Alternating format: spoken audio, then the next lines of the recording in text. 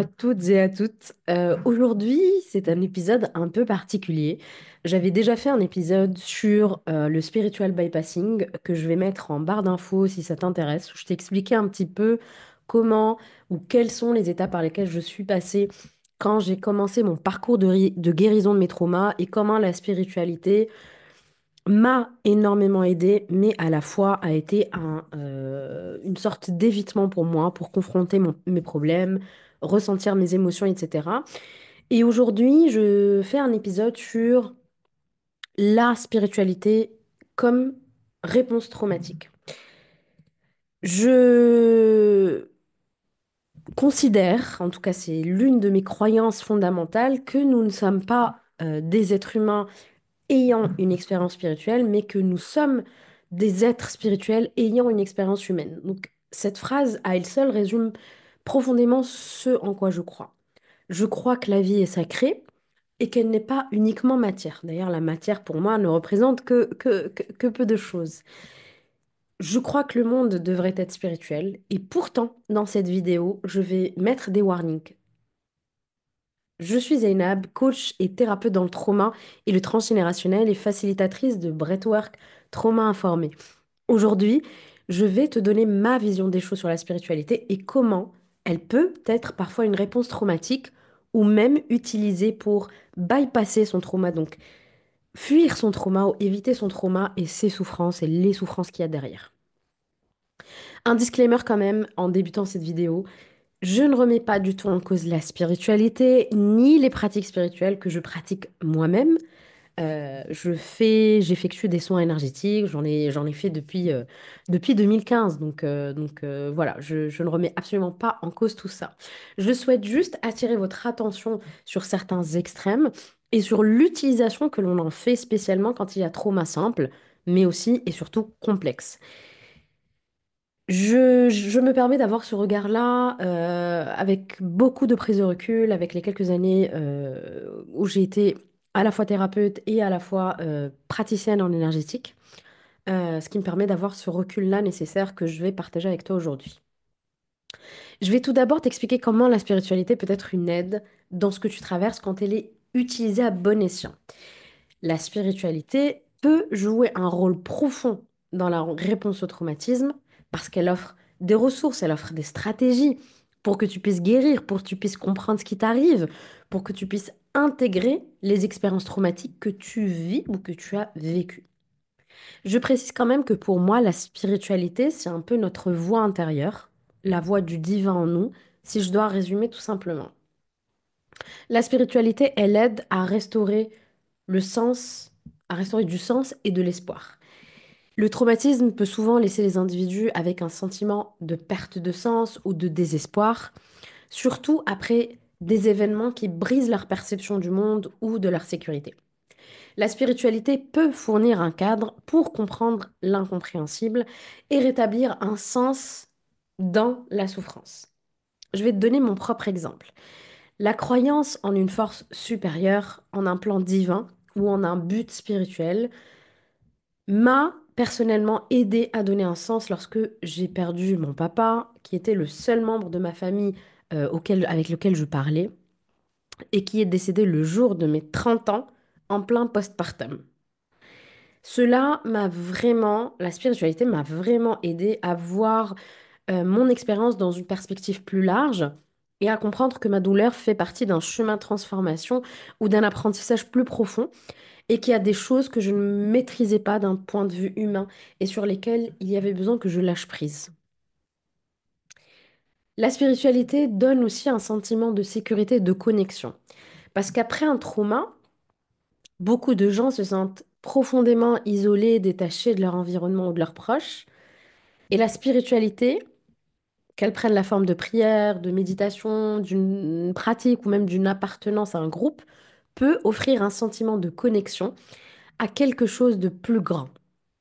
Et ce sentiment de connexion, il peut être vécu de plein de manières différentes, que ce soit à travers une connexion divine, une communauté spirituelle, ou même avec la nature, tout simplement. La nature est guérisseuse et la nature est la représentation du sacré sur terre, hein, du divin sur terre.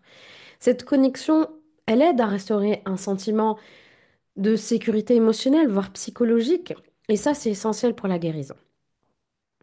La spiritualité peut aussi apporter une forme de régulation émotionnelle, une forme d'apaisement, via la méditation, via la prière, via le yoga, via la contemplation, ce type de pratiques-là peuvent avoir un effet direct sur la régulation du système nerveux, euh, en particulier sur le système parasympathique, le vagal ventral, qui est responsable de l'apaisement, de la relaxation. Ces pratiques-là peuvent aider à réduire l'activation du système nerveux sympathique combat-fuite, qui est souvent exacerbé après un traumatisme. Si ces termes sont nouveaux pour toi, je t'invite à voir ma vidéo sur le trauma que je vais mettre aussi en barre d'infos et ma vidéo sur la théorie polyvagale qui explique un petit peu mieux ces termes.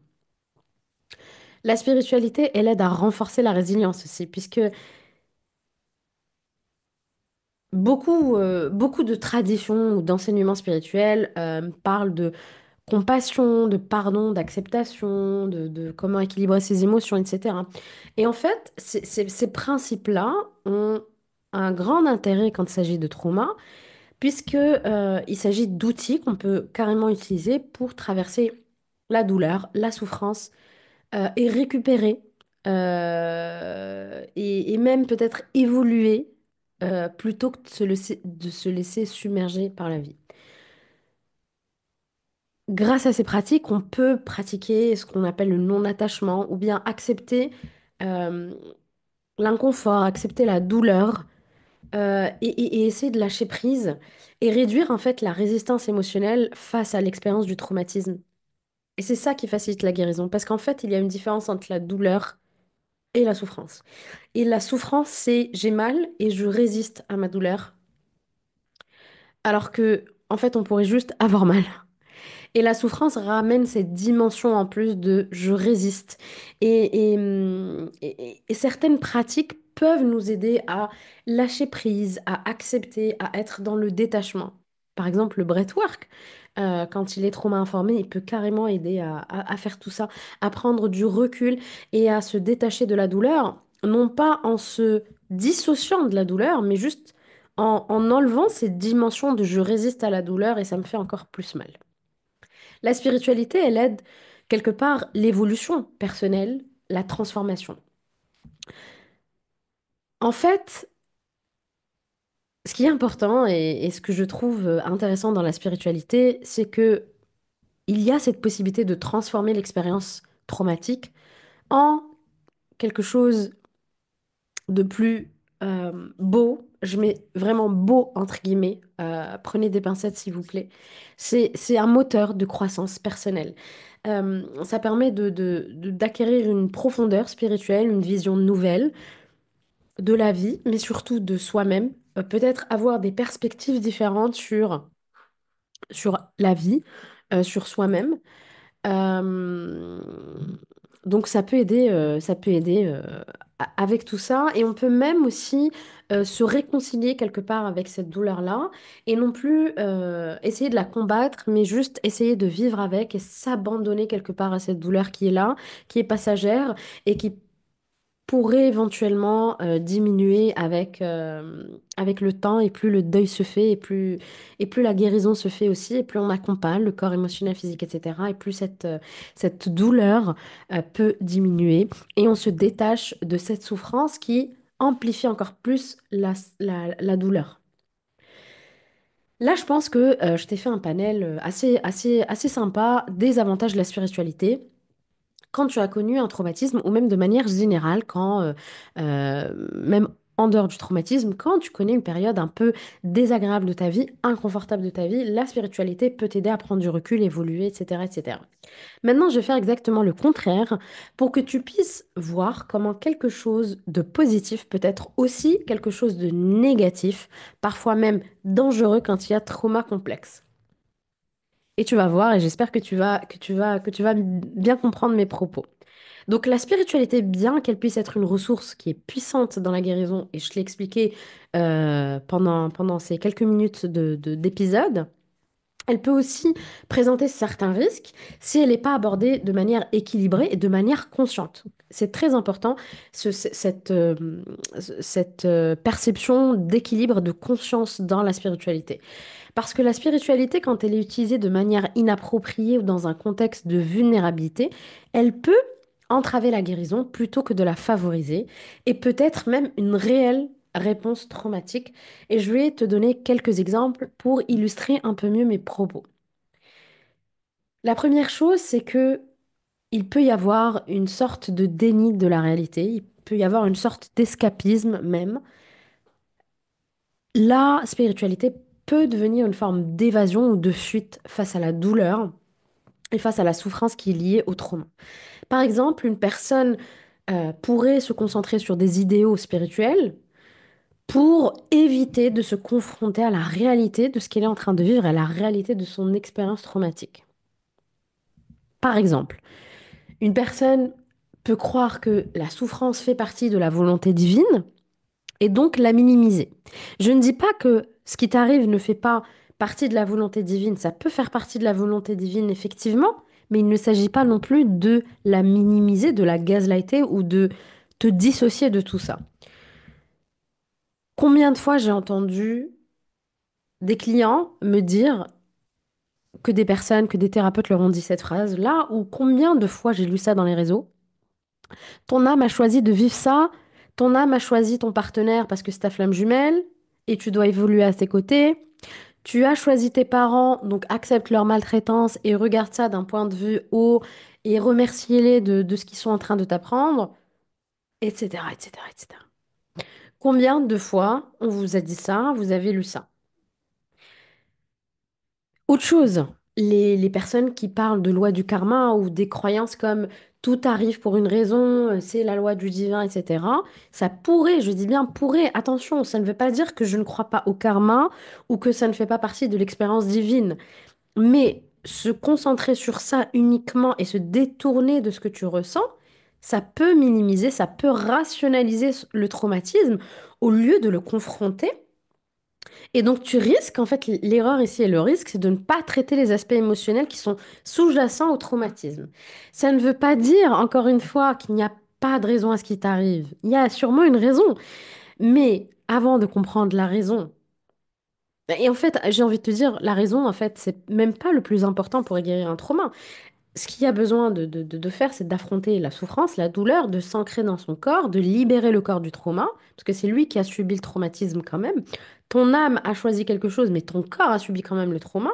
Ressens les émotions, libère-les. Et une fois que tu fais tout ça, tu comprendras peut-être le pourquoi du comment et tu pourras avoir une vision plus en hauteur. Et parfois, tu ne comprendras pas et c'est totalement OK aussi de pas comprendre. Et ça, c'est très difficile, mais encore une fois, on résiste. Voilà, donc ça c'est l'évitement qui peut être autour de la spiritualité. La deuxième chose par rapport à la spiritualité, c'est qu'il peut y avoir une sorte de pression à se conformer à des idéaux spirituels qui sont irréalistes. Par exemple, certaines traditions ou même pratiques ou même personnes qui n'ont rien compris à la spiritualité, pour moi, telle que je la conçois, donc une spiritualité ancrée, peuvent imposer des idées rigides sur la manière dont une personne devrait ressentir ou réagir face à de la souffrance. Par exemple, des croyances comme il faut toujours rester positif, la souffrance est une illusion. Ce genre de choses peuvent induire une certaine pression à exprimer et va pousser peut-être la personne à réprimer ses émotions, des émotions qui peuvent être naturelles comme la tristesse, la colère ou la peur. On ne peut pas être que amour, ça c'est du bullshit. Je le répète, on ne peut pas être que amour, ça c'est du bullshit. Et combien de gourous spirituels parlent de ça? Et ma casquette de thérapeute met un petit warning. On est amour, mais quand on vit un trauma, on peut être colère, on peut être peur, on peut être tristesse, on peut être honte, on peut être frustration, etc. Ok. Un exemple. Une personne en deuil ou ayant vécu un traumatisme peut parfois se sentir coupable de ne pas être assez spirituelle. Combien de fois on m'a dit, Mais je ressens de la colère contre mes parents et c'est pas spirituel. Je sais que c'est pas bien et j'ai besoin d'être dans l'amour. Et ça renforce en fait le désespoir, la culpabilité, et ça renforce en fait le vortex traumatique au lieu de favoriser le vortex de guérison. Quand tu n'es que lumière, paillettes, amour et licorne, tu peux pas ressentir en fait la rage envers tes parents qui t'ont maltraité. Tu la réprimes et puis un jour, qu'est-ce que tu fais? Tu la retournes contre toi via des comportements auto-saboteurs, autodestructeurs ou tu te retournes contre plus faible que toi, ton enfant, un animal, etc., etc. Ça, c'est non en fait. S'il y a une colère, s'il y a une rage, bah exprime-la de manière saine, bien entendu, mais il y a besoin que ça sorte. Ok? Donc attention aux idéaux spirituels irréalistes et qui te détourne, encore une fois, de certaines émotions. Parce qu'il n'y a pas de d'émotions positives et négatives. Toutes les émotions sont positives. La joie est aussi positive que la colère. La tristesse est aussi positive que la paix, etc., etc. Si cette émotion cherche à circuler au travers de toi, elle est welcome en fait. Troisièmement, il y a certaines pratiques spirituelles qui ne sont pas adaptées à ton trauma en fait, de manière générale et peuvent te retraumatiser. Donc, pourquoi? Certaines méditations, par exemple, profondes, ou certains rituels énergétiques mal encadrés, je ne vais pas donner de nom, quoique si, euh, certaines de ces pratiques-là peuvent raviver des souvenirs traumatiques, activer des émotions non résolues qui peuvent entraîner une retraumatisation au lieu de favoriser la guérison. Donc, on peut aller vers des émotions difficiles, compliquées, mais il y a besoin de savoir sécuriser l'espace, être là pour la personne, savoir contenir son corps, savoir réguler son système nerveux via la corrégulation, etc., etc. Franchement, j'ai déjà vu ça. J'ai déjà été présente et j'ai déjà vu ce genre de choses via des pratiques de breathwork qui sont pas respectueuses, des pratiques de Kundalini, l'ayahuasca, etc. Je ne fustige pas la pratique en elle-même. Je pratique du breathwork, mais les personnes qui pratiquent et qui ne sont pas trauma informées. Par exemple, tu fais une espèce de méditation hyper intense ou de la régulation énergétique hyper intense, ça pourrait t'amener à te confronter à des ressentis physiques ou émotionnels que certaines personnes ne sont pas prêtes à intégrer, ce qui peut provoquer un sentiment de déréalisation, par exemple, d'angoisse, de perte de contrôle parfois. Donc si la personne, elle se dissocie, si elle fait une crise d'anxiété, etc., il y a besoin que tu saches gérer, que tu saches être présent pour elle. OK? Parce qu'aucune pratique n'est safe à 100% quand il s'agit de traiter l'humain, c'est impossible. C'est pour ça qu'il est important de savoir gérer quand une personne panique, n'arrive pas à faire la différence entre la réalité et ce qui ne l'est pas. Et des pratiques d'ancrage à ce moment-là sont très importantes, des pratiques somatiques aussi sont très importantes et primordiales. On fait pas n'importe quoi. Il y a besoin d'avoir une certaine éthique et responsabilisation quand on travaille avec l'humain. Quatrièmement, il peut y avoir des abus de pouvoir ou de l'emprise de certaines figures de la spiritualité. Alors ça, c'est un sujet peut-être un peu touchy, euh, dont beaucoup ne parlent pas, que beaucoup taisent, mais il est important de le nommer. Dans certains contextes, des groupes ou des leaders spirituels peuvent exploiter la vulnérabilité des personnes traumatisées en leur offrant par exemple des solutions rapides, en imposant des croyances qui ne respectent pas les besoins individuels de guérison, en leur faisant croire que s'ils sont amour, tout ira bien dans leur vie, etc., etc. Cela, en fait, peut entraîner une sorte de dépendance excessive à la spiritualité ou à un leader, et ça crée de l'emprise. Certaines personnes peuvent, quand elles sont vulnérables, devenir dépendantes de figures spirituelles ou de groupes spirituels au point d'abandonner au final leur propre jugement. Donc elles ont l'impression qu'elles s'écoutent et qu'elles font attention à leur intuition, mais en fait elles abandonnent complètement leur jugement. Elles renoncent parfois à leurs traitements aussi médicaux, psychologiques appropriés et peuvent en fait complètement délaisser leur voix intérieure. Et elles sont au final complètement déconnectées de leur propre spiritualité sous prétexte de croire en une figure connue du milieu spirituel parce que cette personne connue du milieu spirituel a figure d'autorité. Et ça peut être très dangereux parce que ça entraîne une perte de pouvoir personnel et un déséquilibre dans le processus de guérison. Et en fait, c'est une espèce de cercle vicieux. Donc, gardez toujours votre discernement. Il peut y avoir aussi du blâme dans la spiritualité ou de la culpabilité. Certaines traditions, croyances ou peu importe, peuvent faire naître un sentiment de culpabilité chez ceux ou celles qui ont vécu un traumatisme. Tu attires que ce qui t'arrive. Tu attires ce qui t'arrive. Euh, Ton trauma, c'est une conséquence de ton âme pour évoluer. Tout ça, tout ce genre de phrases, de pensées, de croyances peuvent laisser les personnes se sentir responsables de leur propre souffrance au lieu de reconnaître la violence ou l'injustice subie.